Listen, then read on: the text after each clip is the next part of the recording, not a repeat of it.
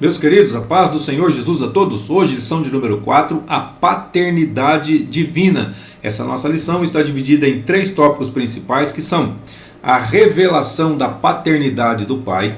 Segundo, reconhecendo a paternidade do Pai. Terceiro, a experiência do amor do Pai.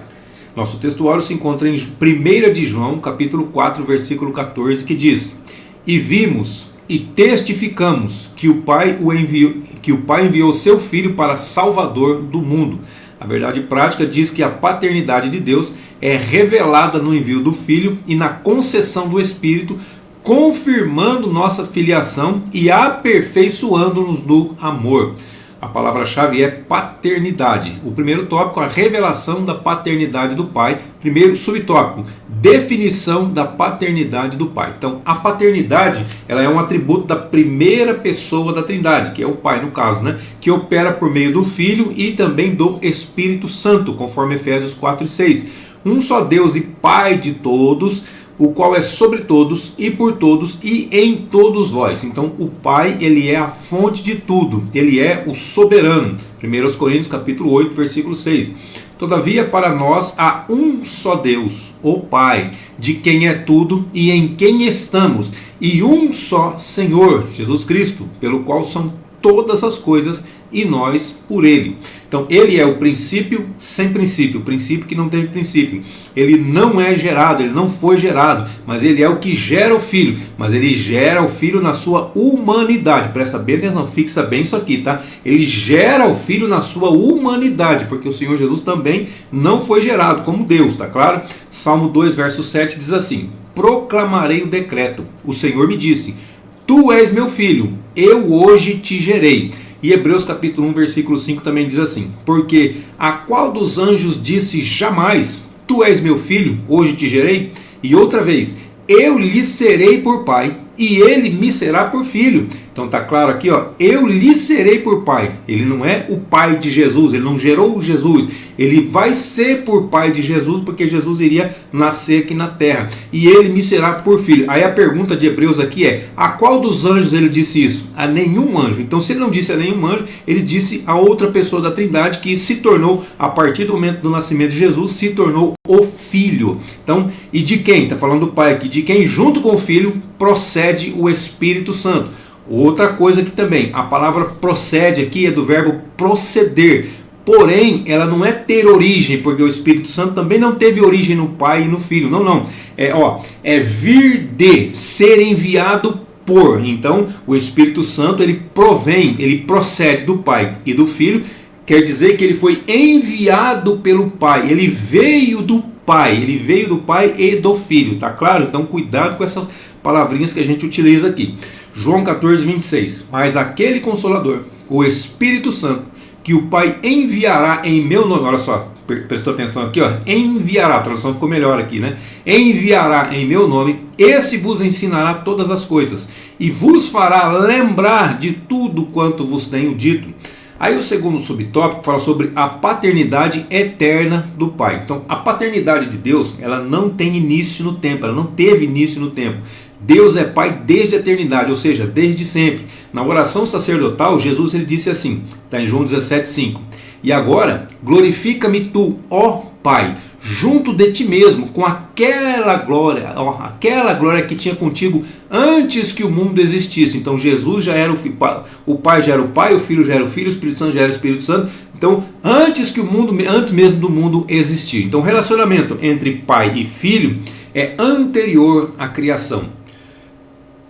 Terceiro subtópico, o Pai gerou o Filho. Olha só a palavrinha de novo aqui, o gerou. Cuidado com isso aqui, tá? A geração do Filho não implica criação. Ele sempre existiu com o Pai.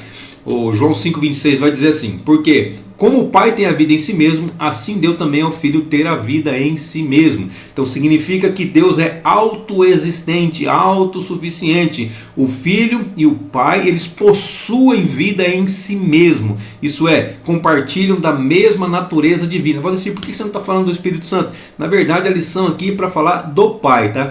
Vai ter outras lições falando sobre o Filho e vai ter outras lições falando sobre o Espírito Santo. Mas aqui a lição é a paternidade divina, tá bom? Então teríamos que falar somente do Pai. Porém, é lógico que ao mesmo tempo falamos do Filho, ao mesmo tempo acabamos falando do Espírito Santo, tá claro? João 10:30 diz assim: eu e o Pai somos um. Palavras de Jesus. Então ele está dizendo que ele está se fazendo igual com o Pai. Aí entra o subtópico de número 4, que diz assim: o Pai nos concede o Espírito. Agora sim, está falando do Espírito Santo. O Espírito Santo ele procede do Pai, proveniente do Pai, foi enviado pelo Pai. João 15:26. Mas, quando vier o Consolador, que eu, Jesus Cristo falando, que eu, da parte do Pai, vos hei de enviar, aquele Espírito de verdade, que procede do Pai, que vem do Pai, ele testificará de mim. Então, nesse versículo aqui também, você já vê a Trindade. Vou dizer, essa palavra não existe na Bíblia. Sim, a palavra não existe na Bíblia, mas você vê que Jesus está falando, ele está falando sobre o Espírito Santo, e ele está falando que vai proceder do Pai. Então, são as três pessoas em um único versículo aqui. Também o Espírito Santo ele é enviado pelo Filho, procede do Pai, enviado pelo Filho. João 16:7. Todavia digo-vos a verdade, que vos convém que eu vá, porque se eu não for, o Consolador não virá a vós, mas quando eu for, vou-lo enviarei. Jesus está dizendo, quando eu for, eu vou enviá-lo. Aí o Espírito Santo, ele é o próprio Deus, ele é Deus. Olha só, você viu esse triângulo aqui invertido, você viu isso aqui? O Pai não é o Filho não é o Espírito Santo não é o Pai não é o Espírito Santo e o Espírito Santo não é o Filho. Não, tá vendo? Está escrito não é. Mas tem um Deus aqui no meio, não tem? Então, o Pai é Deus, o Espírito Santo é Deus e o Filho é Deus. Então, essa outra imagem ficou bem pequenininha aí para você ver, mas acho que dá para ver, né? É um círculo, parece até o símbolo da Mercedes.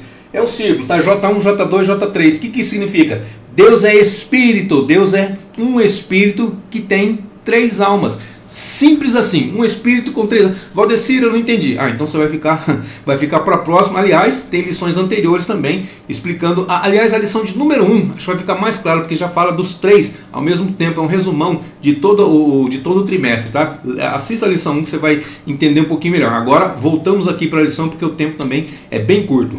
Então o Espírito Santo ele é Deus, ele é o próprio Deus, ele não é o Pai, mas ele é Deus, ele é uma das pessoas da Trindade. Atos capítulo 5, versículos 3 e 4 diz assim: disse então Pedro: Ananias, por que encheu Satanás o teu coração para que mentisses presta bastante atenção, tá? Mentisses ao Espírito Santo e retivesses parte da herdade? Aí o versículo 4 diz assim: guardando-a não ficava para ti, e vendida não estava em teu poder? Por que formaste este desígnio em teu coração? Não mentistes aos homens, mas a Deus. Lembrou do versículo anterior? Mentistes ao Espírito Santo. Aí o versículo posterior: não mentistes aos homens, mas mentistes a Deus. Então ele está dizendo que o Espírito Santo é Deus. E o Espírito Santo ele foi enviado para estar conosco quando? Quanto tempo? Para sempre. João 14, 16 e 17.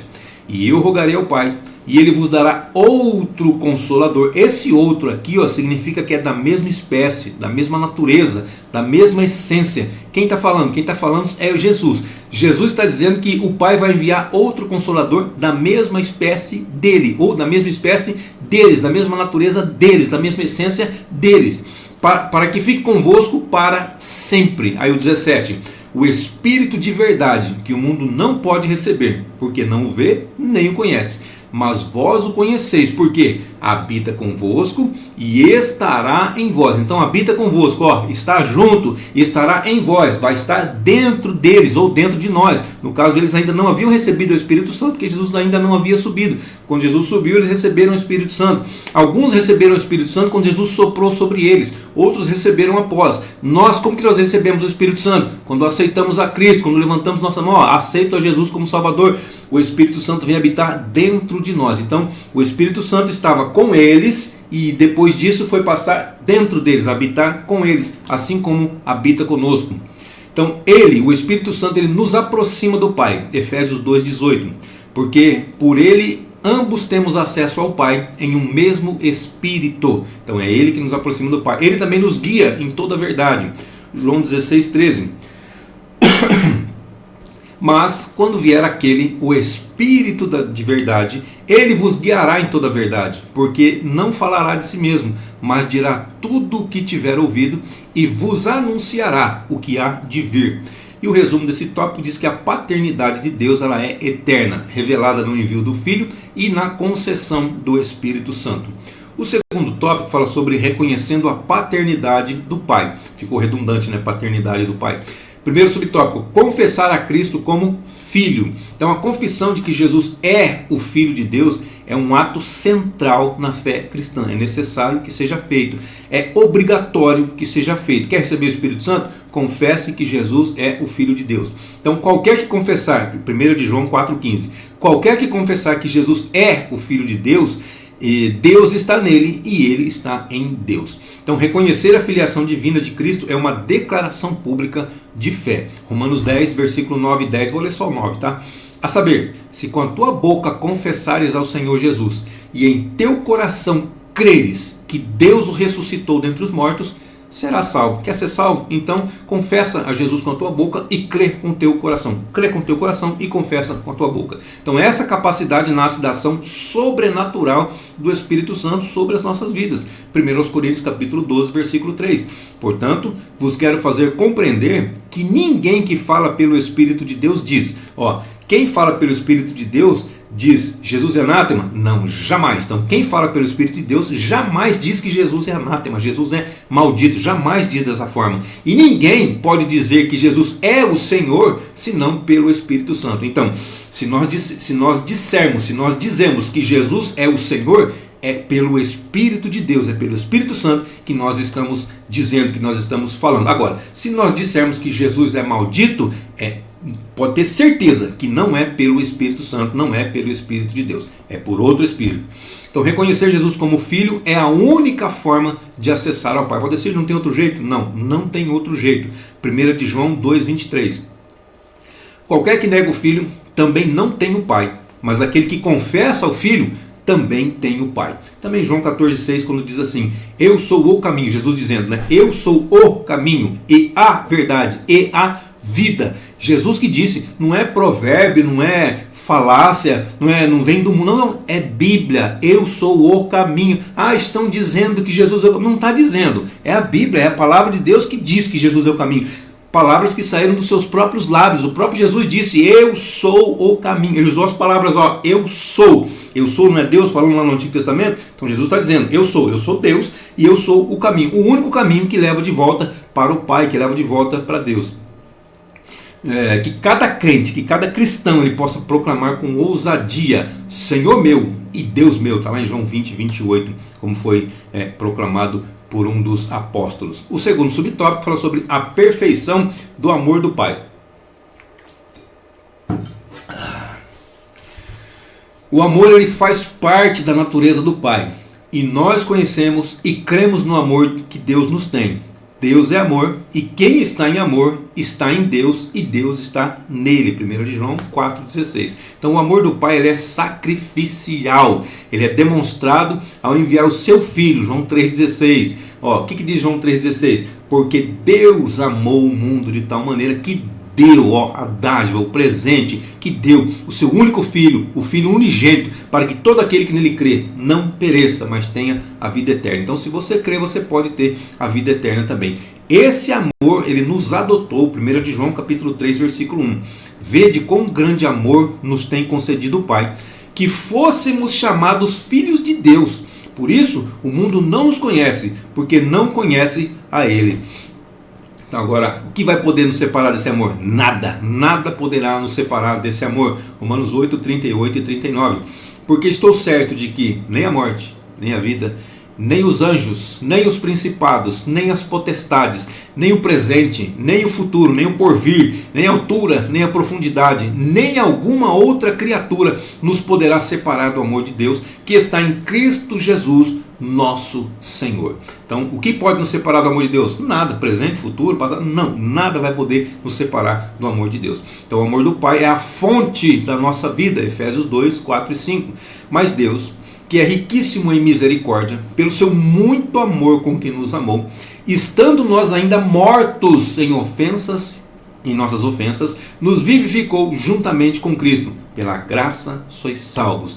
Aí o subtópico de número 3 fala sobre as bênçãos da filiação divina, as bênçãos de ser filhos de Deus. Lembrando que O fato de sermos filhos, nós temos as bênçãos de Deus, mas nós também temos responsabilidades atribuídas a nós. As Escrituras elas afirmam que o amor de Deus ele lança fora todo o temor, especialmente o medo do juízo. Quem é filho de Deus não teme o juízo, não tem medo do juízo. 1 de João 4,17. Nisto é perfeito o amor para conosco, para que no dia do juízo tenhamos confiança. Então o crente ele não é mais um escravo ameaçado pelo castigo eterno, pela morte eterna. Não, ele agora é um filho livre, amado e aceito por Cristo. Romanos 8,15. Porque não recebestes o espírito de escravidão para outra vez estardes em temor, mas recebestes o espírito de adoção, de filhos, pelo qual clamamos Abba, Pai, ou Paizinho, Papai. Então isso não significa que o crente não possa cair. Nós não estamos isentos de errar, de pecar, de falhar, de cair. 1 Coríntios 10,12 nos alerta: aquele, pois, que cuida estar em pé, olhe que não cai. Então, se nós achamos que estamos em pé, se nós temos convicção de que estamos em pé, temos que tomar cuidado para não cairmos também. Então, o Espírito Santo, habitando em nós, ele testemunha a nossa filiação, ou seja, de que nós somos filhos. Efésios 1, 13 e 14. Em quem também vós estáis, depois que ouvistes a palavra da verdade, o evangelho da vossa salvação, e, tendo nele também crido, fostes selados com o Espírito Santo da promessa, o qual é o penhor da nossa herança, a garantia da nossa herança, para a redenção da possessão adquirida, para louvor da sua glória. Então o verdadeiro amor, aperfeiçoado em nós pelo Espírito, ele remove qualquer medo, qualquer temor, pois 1 João 4,18 diz assim, no amor não há temor, antes o perfeito amor lança fora o temor. O resumo desse tópico diz que confessar que Jesus é o Filho de Deus é evidência de filiação divina e também de comunhão com o Pai.